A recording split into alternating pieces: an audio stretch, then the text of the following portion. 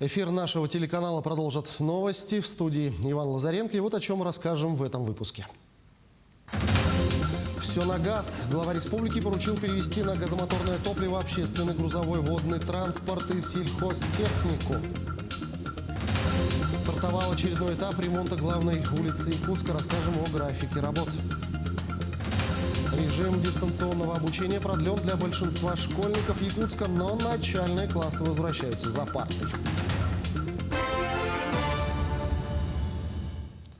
Ряд важных стратегических решений для развития Якутии приняли на газовом форуме в Санкт-Петербурге. Так, Айсен Николаев встретился с руководством компании «Газпром».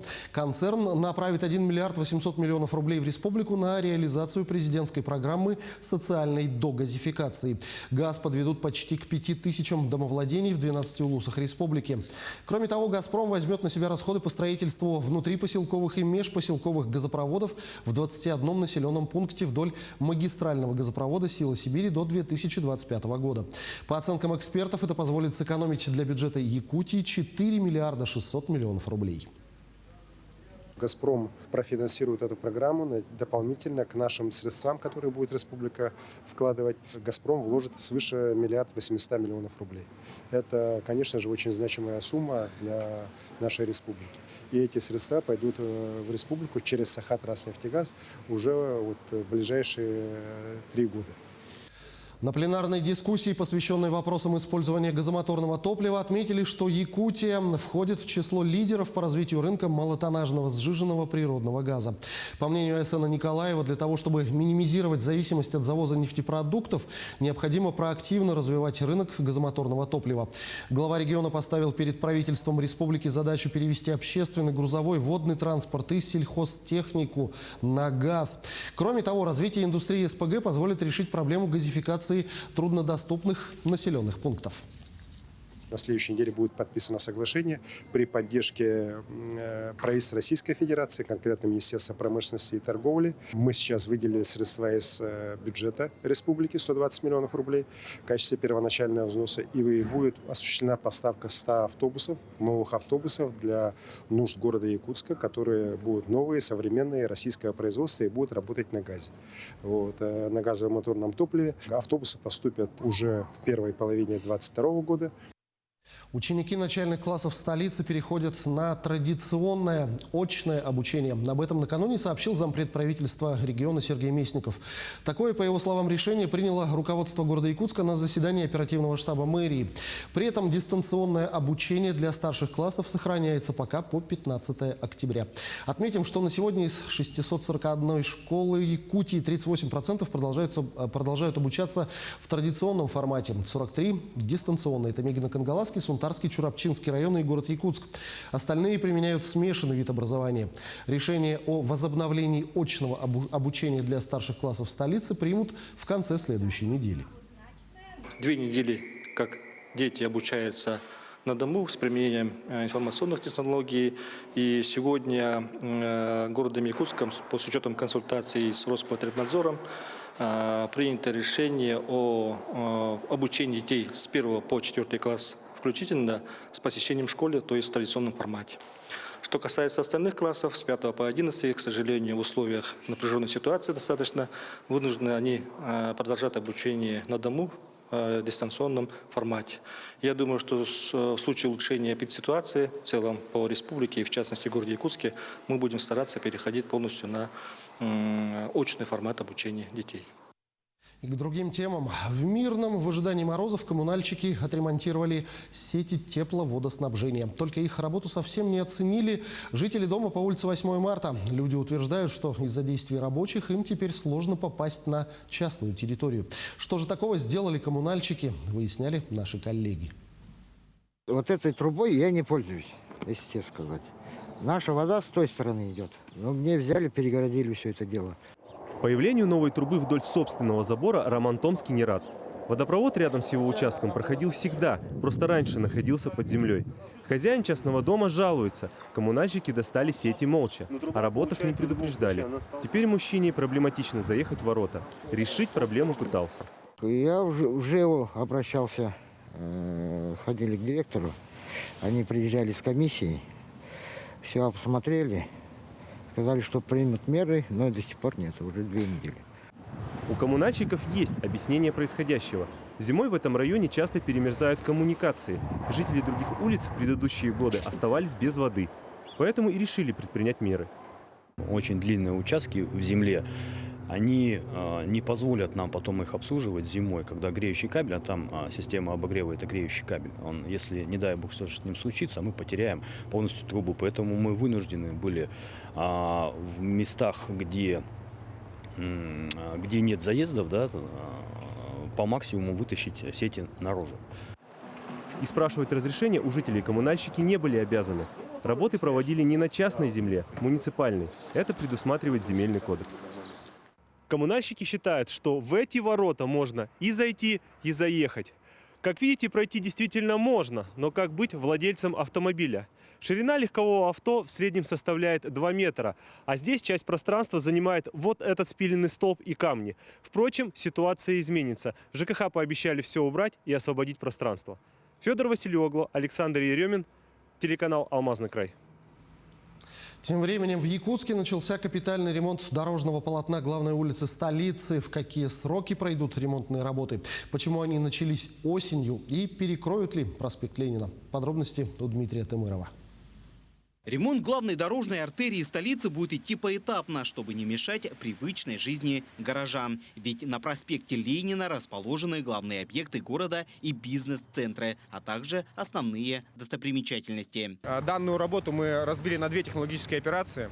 В первую технологическую операцию входит фрезеровка старого асфальтобетонного покрытия на толщину 5 сантиметров из 25 имеющихся. Данная процедура нам поможет повторно применить асфальтогранулян при устройстве основания щебеночного. То есть мы используем его как мелкий заполнитель для заклинки крупной фракции, что помогает существенно сэкономить средства бюджетные.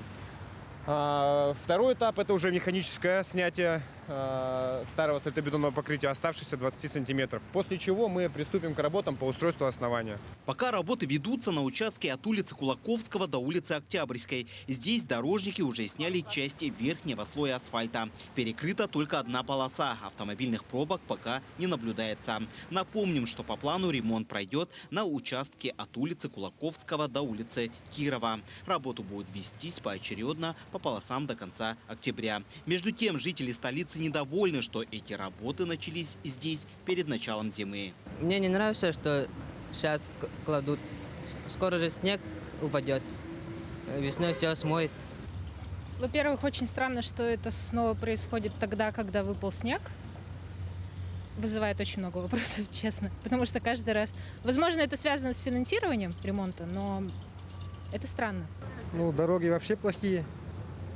Я думаю, что это неправильно, что в начале зимы ремонт делают. Качества никакого будет. Вроде делают. Как сделают, тогда посмотрим. Сейчас они, конечно, плохие. Проспект, то, что сделают, это будет очень хорошо. Во-первых, для всех жителей, потому что многие маршрутные автобусы ходят, многие добираются на работу. Дай бог, что все построили. Я только за, чтобы был ремонт. Специалисты главстроя уверяют горожан, что качество проложенного асфальта здесь будет крепче. Прокладка дорожного полотна в этом году не запланирована. Его будут асфальтировать лишь в следующем году, когда растает снег. Так что поводов волноваться здесь нет.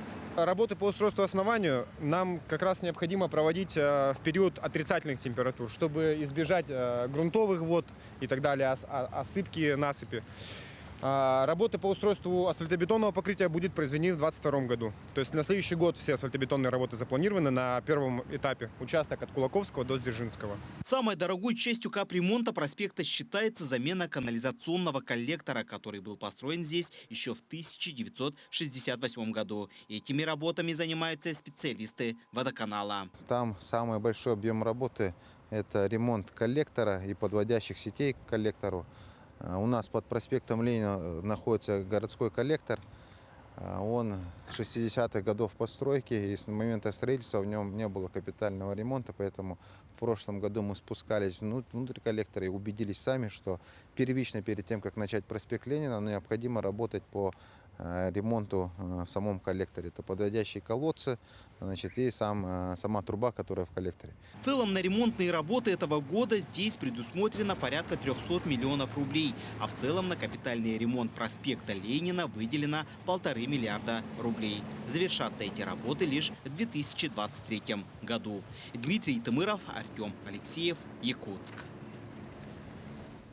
Аграриям Якутии удалось собрать 58 300 тонн картофеля. Это 82% от общего плана. Средняя урожайность этого сезона составляет 90 центнеров на 1 гектар. Больше всего собрали урожая пригородные хозяйства Алекминского и Амгинского районов. План сбора овощей в республике выполнен на 102%. Из общего числа хозяйства Якутска собрали более 5000 тонн овощей открытого грунта и на сегодняшний день занимаются реализацией продукции. МУП «Горснаб» является заготовителем городского округа по картофелю и овощам. Он предоставляет овощи и картофель в детское учреждение города Якутска. У него план по заготовке нынче составляет 650 тонн всего, из них 450 тонн картофеля. В этом году МТС Табакинский своими силами в селе Хатас построил овощехранилище. Мы в этом году планируем возместить затраты из бюджета городского округа в размере 500 тысяч рублей. Также в селе Тулаги у нас планируется постройка овощехранилища объемом 300 тонн. Участие в школьном конкурсе по обмену видеооткрытками «Смотри, это Россия» принимают почти 1300 команд или около 6500 человек со всей страны. Заявки поступили из всех регионов России. В ближайшее время для участников из регионов-лидеров по количеству регистраций пройдут онлайн-встречи с региональными кураторами от партнера проекта конкурса «Мастера гостеприимства», говорится в сообщении. Напомню, конкурс «Смотри, это Россия» был впервые реализован в прошлом году при поддержке главы Якутии Айсена Николаева. В первом сезоне проекта приняли участие 17 500 участников, также со всех регионов страны. И в завершение о погоде. Синоптики прогнозируют в Оленёкском, Жиганском и Кобяйском районах местами сильный снег 10 числа. Также ожидаются порывы ветра до 15-17 метров в Оленёкском, Мирнинском и Нижнеленских районах. На западе побережье ветер будет порывистый до 9-14 метров. Температура воздуха ночью -3, -8, на западе -3, +2. При прояснении на юге, в центральных районах до -8, -13. На северо-востоке -15-20, днем +3-8. На севере 0-5, при осадках около 0. К этому часу пока все, но развитие ситуации в наших следующих выпусках.